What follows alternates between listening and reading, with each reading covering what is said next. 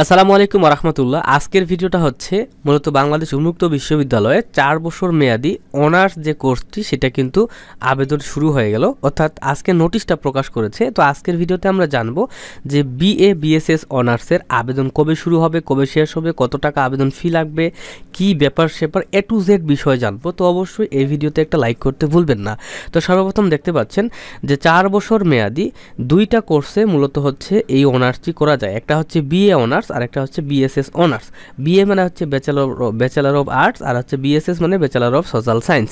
তো এই দুইটা প্রোগ্রামেই মূলত আপনারা ভর্তি আবেদন করতে পারবেন এবং শিক্ষাবর্ষ 2024-25 দেখতে পাচ্ছেন ভর্তির প্রয়োজনীয় তথ্যাবলী। ভর্তির প্রয়োজনীয় কী কী তথ্য লাগবে এখানে কিন্তু সুন্দর করে দেওয়া হয়েছে। দেখতে পাচ্ছেন বাংলাদেশ উন্মুক্ত বিশ্ববিদ্যালয়ের সামাজিক বিজ্ঞান মানবিক ভাষা স্কুলের অধীনে 4 বছর মেয়াদি বিএ অনার্সে কী কী সাবজেক্ট রয়েছে দেখেন। বিএতে রয়েছে বাংলা ভাষা ও সাহিত্য, ইতিহাস, দর্শন, ইসলামী ইতিহাস। এই কয়েকটা সাবজেক্টের মধ্যে আপনি যে কোনো একটা নিয়ে বিএ অনার্সটা করতে পারবেন। আর বিএসএস অনার্সে কী কী রয়েছে, রাষ্ট্রবিজ্ঞান এবং সমাজতত্ত্ব। এই দুইটার মধ্যে যে কোনো একটা সাবজেক্ট নিয়ে আপনি কিন্তু বিএসএস অনার্সটা কমপ্লিট করতে পারবেন। ক্লিয়ার? এবং বিশ্ববিদ্যালয়ের ঢাকা আঞ্চলিক কেন্দ্রে প্রতিটি কোর্সের জন্য 12টি টিউটোরিয়াল ক্লাস শুক্রবার সরাসরি এবং 12টি টিউটোরিয়াল ক্লাস শনিবার অনলাইনে অনুষ্ঠিত হবে। উল্লেখযোগ্য শিক্ষাগত যোগ্যতার সত্ত্ব পূরণকারী যে কোনো শিক্ষার্থী আবেদন করতে পারবে। সো আপনাদেরকে একটা জিনিস বলে রাখি, সেটা হচ্ছে শুধুমাত্র বিশ্ববিদ্যালয় অর্থাৎ বাংলাদেশ উন্মুক্ত বিশ্ববিদ্যালয়ের ঢাকার যে আঞ্চলিক কেন্দ্রটি রয়েছে সেইখানেই কিন্তু এটা টিউটোরিয়াল ক্লাসগুলো হয় এবং ওইখানেই পরীক্ষা হয়, ওইখানেই কিন্তু পড়াশোনা করতে হয়। বাংলাদেশের যে কোনো কলেজে কিন্তু হচ্ছে এই অনার্সটা চালু নেই। ওকে, সো দেখেন কি বলেছে, কি শিক্ষাগত সত্য লাগবে দেখেন। প্রাকৃতিক দুর্যোগ ও মহামারীর সময় সকল টিউটোরিয়াল ক্লাস অনলাইনে গ্রহণ করা হবে, এটা বলে দিছে। ঠিক আছে, সো দেখেন 4 বছরে মোট 40টি কোর্স বা 120 ক্রেডিট সম্পন্ন করতে হবে। প্রতিটা কোর্সের জন্য 3 ক্রেডিট করে। রেজিস্ট্রেশনের মেয়াদ থাকবে 8 বছর পর্যন্ত। 8 বছরের মধ্যে আপনাদেরকে কিন্তু হচ্ছে এই 4 বছরের অনার্সটি কমপ্লিট করতে হবে।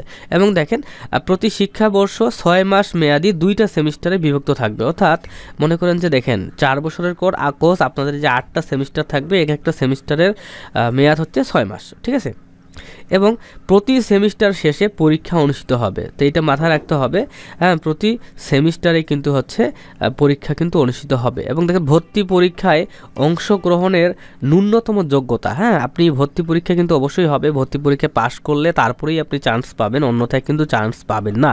দেখেন কি কি যোগ্যতা লাগবে। তো মানবিক শাখা থেকে যারা হচ্ছে মূলত আবেদন করতে চাচ্ছে, সো দেখেন বাংলা ভাষা ও সাহিত্য, ইতিহাস, দর্শন ও ইসলামিক স্টাডিজ বিষয়ে ভর্তির জন্য, ঠিক আছে, দেখেন ভর্তির জন্য এসএসসি এইচএসসি পরীক্ষায় দুইটা মিলে, ঠিক আছে, দেখেন এসএসসি এবং এইচএসসি পরীক্ষা দুইটা মিলে ন্যূনতম দ্বিতীয় বিভাগ বা জিপিএ 2.50 লাগবে। ঠিক আছে, মানে জিপিএ 5-এর মধ্যে 2.50 করে লাগবে। আর যদি হচ্ছে যে জিপিএ 4.00 হয়, এটার মধ্যে 2.00 থাকতে হবে, তাহলে আবেদন করতে পারবেন। সো বাংলা কথা হচ্ছে আপনি যদি অনার্সে পড়তে চান তাহলে হচ্ছে আপনার এসএসসি এবং এইচএসসি মিলায়ে আপনার কিন্তু হচ্ছে মিনিমাম 2.50 করে থাকতে হবে।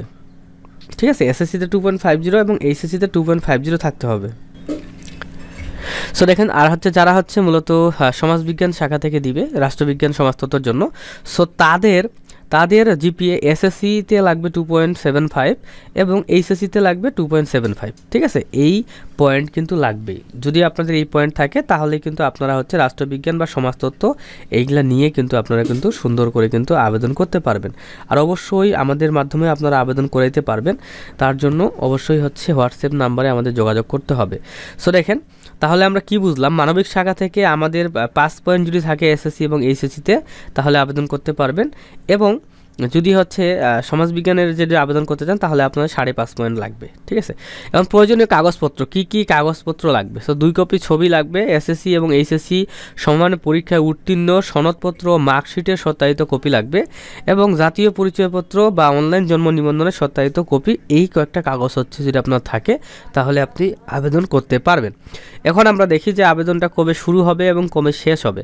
সো দেখেন এবং এখানে বলে দিছে শুধুমাত্র অনলাইনে আবেদন করা যাবে, অন্যথায় কোনোভাবে আবেদন করা যাবে না। সো দেখেন আবেদনের সময় দেখেন 3 মার্চ 2025 তারিখ থেকে আবেদন শুরু হচ্ছে এবং এটা চলবে 8 এপ্রিল 2025 তারিখ পর্যন্ত। এখন আবেদন ফি কয় টাকা? আবেদন ফি হচ্ছে 600 টাকা। হ্যাঁ, আবেদন ফি কত? 600 টাকা। এবং লিখিত পরীক্ষার জন্য যারা মনোনীত হবে সো তাদের তালিকাটা প্রকাশ করবে বাংলাদেশ ওপেন ইউনিভার্সিটির ওয়েবসাইটে 15 এপ্রিল 2025 তারিখে এবং লিখিত পরীক্ষায় আসন বিন্যাস হবে 17 এপ্রিল 2025-এর পর ওয়েবসাইটে কিন্তু জানায় দেওয়া হবে। ওকে, লিখিত পরীক্ষার জন্য। আর লিখিত পরীক্ষাটা কোথায় হবে এটা বলতেছি। দেখেন লিখিত পরীক্ষার তারিখ, সময় ও স্থান। তো 25 এপ্রিল 2025 তারিখ শুক্রবার সকাল 10টা থেকে 11টা পর্যন্ত লিখিত পরীক্ষা হবে। অবশ্যই বাওবির মূল ক্যাম্পাস বোর্ড বাজার গাজীপুরে কিন্তু লিখিত পরীক্ষাটি দিতে হবে। ঠিক আছে, লিখিত পরীক্ষার ফলাফল প্রকাশ করবে 30 এপ্রিল 2025 তারিখে এবং সাক্ষাৎকারের তারিখ ও সময় ও স্থান দেখতে পাচ্ছেন।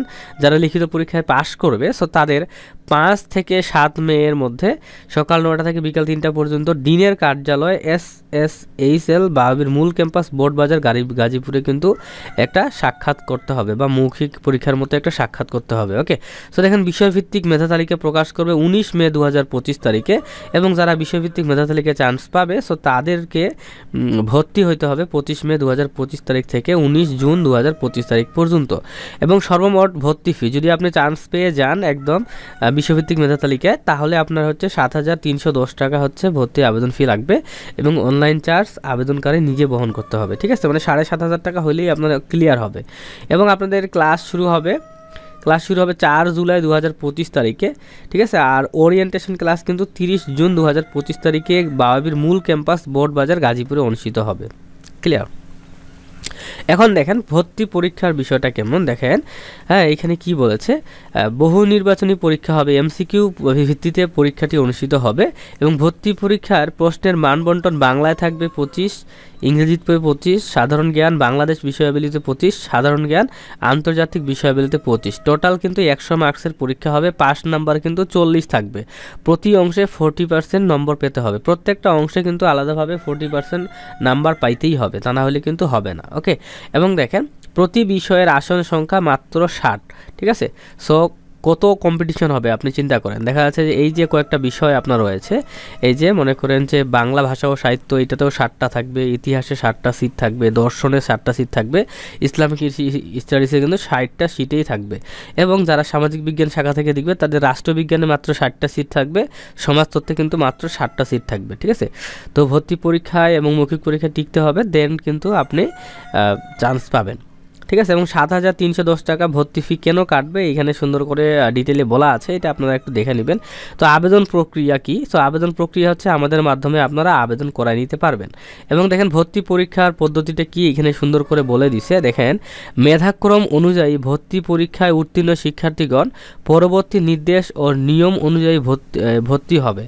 কোর্স ফি প্রতি কোর্সের জন্য 1,050 টাকা, রেজিস্ট্রেশন ফি প্রতি সেমিস্টারের জন্য 200 টাকা করে এটা হচ্ছে লাগবে। ঠিক আছে,